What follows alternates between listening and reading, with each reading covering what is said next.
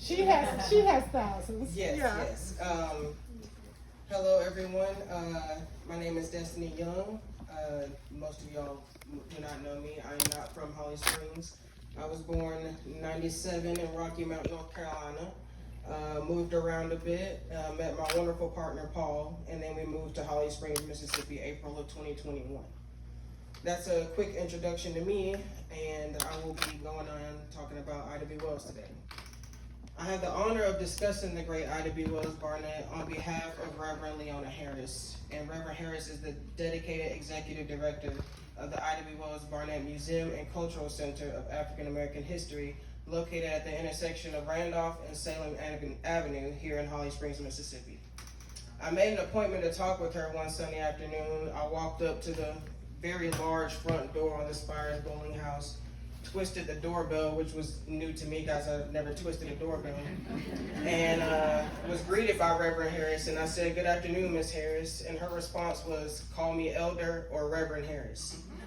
I had a big smile behind my mask. I apologized and corrected myself, and I knew to carry this interview with respect. I smiled because being in her guidance was comforting, and I was excited to get to talk with her alone. So we discussed Ida's work as a young teacher, raising her siblings, as a journalist and anti-lynching crusader. And I knew I didn't want to give just a 10-minute overview of Ida B. Wells' very nuanced life. In the foreword of her autobiography, Eve L. Ewing described Ida B. Wells as a woman who sometimes did not have childcare, who went on the road when she would rather have stayed home, who constantly fretted over fundraising, who sometimes offended people and sometimes was offended, who got seasick, who was told she would be nominated for a committee only to find out that W.E.B. Du Bois had removed her name from the role without bothering to consult anyone.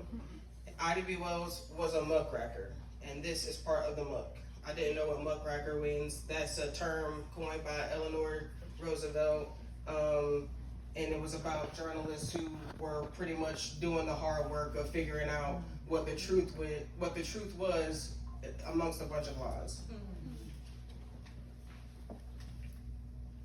Ida B. Wells' activism wasn't confined to the pages of newspapers or the speeches she gave across the country. Her activism was deeply rooted in her commitment to the welfare of Black communities, where she continued her fight for justice in practical, everyday ways. Let's explore this lesser known but essential aspect of her legacy, the journey to the Chicago Community Center she ran from her home in Chicago, and the center itself. Ida B. Wells was relocated to New York after facing increasing threats in Memphis due to her anti-lynching activism. If you don't know, in 1892, 3 of her dear friends, Thomas Moss, Calvin McDowell, and William Henry Stewart, were lynched by a white mob in Memphis, Tennessee on the 9th of March. The murderers claimed they were simply defending their business interests, but the reality was Moss and his friends had opened a successful grocery store that was competing with a nearby white-owned store. Furthermore, Ida B. Wells uncovered a pattern of lynchings used to terrorize and control Black communities, often rooted in economic or social motives. Her findings were published in a pamphlet titled Southern Horrors, Lynch Law in All Its Phases. In this pamphlet, Wells provided detailed accounts and statistics challenging the myths that justified lynching. Her boldness in exposing the truth made her celebrated and reveled, particularly in the South. Deeply angered by the brutal murder of her friends and the destruction of her paper, The Free Press, in May of 1892, Ida doubled down on her anti-lynching articles via the New York Age, a newspaper that Ida credits the owners for pushing her articles in New York and in Memphis. She launched a powerful investigation into lynching, disproving the widespread claims that Black men were being lynched because of their alleged assaults on white women. These articles caught the attention of Frederick Douglass, and Wells became a great family friend to him and his second wife, Helen Pitts Douglass. While traveling and speaking, Wells resided in various locations, including New York and other states in the Northeast, and she also spent time in the UK in 1893, where she continued her activism and gave lectures about the horrors of lynching in the United States. It wasn't until 1895 that she settled permanently in Chicago, where she would continue her work, particularly focusing on supporting the Black community there and furthering her activism in the realm of civil rights and women's suffrage. It was in Chicago that she established herself not only as an influential journalist, but also as a force for social change in the Black community. Chicago, with its rapidly growing Black population, faced significant challenges, including poverty, violence, and discrimination. Wells recognized these problems and sought to address them directly, combining her work as a journalist with her deep concern for the lives of the people around her. In the late 19th and early 20th centuries, Black communities were often underserved with little access to education, healthcare, or economic opportunities. The South Side of Chicago, where Wells lived, was no exception. It was here that she would put her ideas into action and create a place where Black families could find support and resources. Ida B. Wells opened this community center in her own home that would serve as a resource hub for Black families in Chicago. Her home became more than just a place to live. It was a space for social and educational empowerment.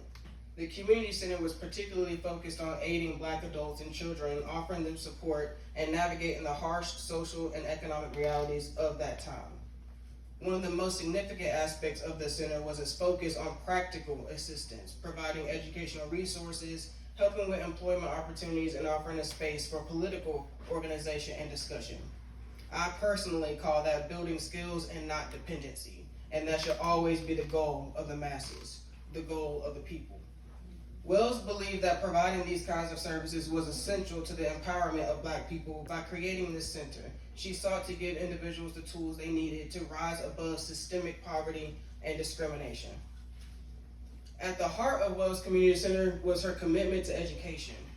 She had always been a strong advocate for the education of Black children, believing that education was a key to liberation and empowerment.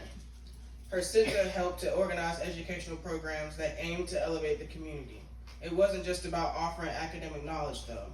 Wells believed in a holistic approach to education that included life skills, civic engagement, and practical tools that could help people secure better jobs, improve their living conditions, and take control of their own destinies. I'd say today's education looks a bit like the 40-hour work week that they want us to work. In addition to offering educational support, Wells' Community Center also served as a space where Black women could come together to discuss issues of gender, race, and social justice. This was particularly important at a time when the voices of Black women were often sidelined, even in movements like suffrage or civil rights. Through her center, Wells provided a platform for women to organize, speak out, and collaborate on ways to improve their lives and the lives of their families. Ida B. Wells wasn't just interested in helping individuals, she was also committed to systemic change. Her community center became a vital space for political organizing, which made it more of an activist center. Wells used it as a base for her continued work in civil rights and anti-lynching activism. In the midst of her many battles, she saw firsthand how vital it was to mobilize communities around social change. Her home was a place where ideas could be exchanged and action could be taken. Wells believed that for Black Americans to achieve true equality, they needed to organize, not just for their immediate needs, but also for a long-term political and social change. Her work in this regard laid the groundwork for future generations of activists who would take on the fight for civil rights and equality. Ida B. Wells' Community Center in Chicago might not have been as widely recognized as her anti-lynching campaigns or her journalistic work, but it was just as critical to her vision of a better world. Through this center, she demonstrated that true change comes not only from advocating for national legislation or fighting for justice in the courts, but also by giving people the resources, the support, and the empowerment they need to take action in their own lives themselves. Though the center was relatively short-lived, its impact rippled throughout the community, creating a model for grassroots organizing and community support that would inspire future generations.